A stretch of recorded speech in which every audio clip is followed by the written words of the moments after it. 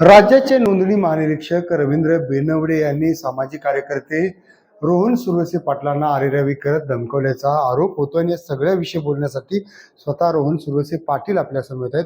रोहनजी, काय नेमकं आतमध्ये कॅबिनमध्ये घडलं? मी महाराष्ट्र राज्याचे नोंदणी महानिरीक्षक रवींद्र बिनवडे साहेबाला काही माझे विषय होते त्या संदर्भात मी भेटायला गेलो. वारंवार सर्व्हर डाऊन होतोय, महाराष्ट्रामध्ये नागरिकांची खूप धावपळ होते, अडचणी येतात लोकांना. त्या संदर्भात मी त्यांना बोलायला गेलो. ते म्हणले, तुम्ही मला शिकवू नका, तुम्ही कोण मला शिकवणार, हा बाहेर. अक्षरशः त्यांच्या घरात गेल्यासारखं मला हाकलून बाहेर काढलं. ही कुठली आरेरावी, ही कुठली हुजूरगिरी?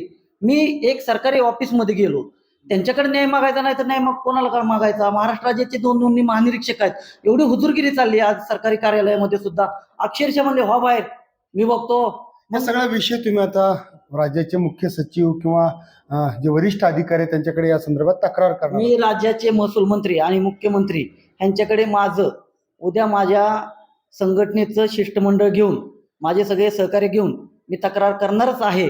परंतु सरकारी कार्यालयामध्ये ते वरिष्ठ आहेत महाराष्ट्र राज्याचे, त्यांच्या आधिपत्याखाली येणारे काय विषय असतील तर आम्ही त्यांच्याकडे नाही जायचं तर मग जायचं कुणाकडं? एवढी हुजूरगिरी कशाने? एवढ्या अधिकाऱ्यांना हुजूरगिरी कुठून आली? आपण पाहिलं की अत्यंत अपमानास्पद जी वागणूक आहे ती रोहन सुरवसे पाटलांना या ठिकाणी मिळाल्याचा सगळा आरोप रोहनने केलेला आहे आणि या सगळ्या विषयी कारवाईची मागणी सुद्धा रोहन सुरवसे पाटील यांनी केलेली आहे. लोकशाहीसाठी मी चंद्रशेखर भांगे, पुणे. लोकशाही मराठी ऐका, पहा, जागरूक रहा.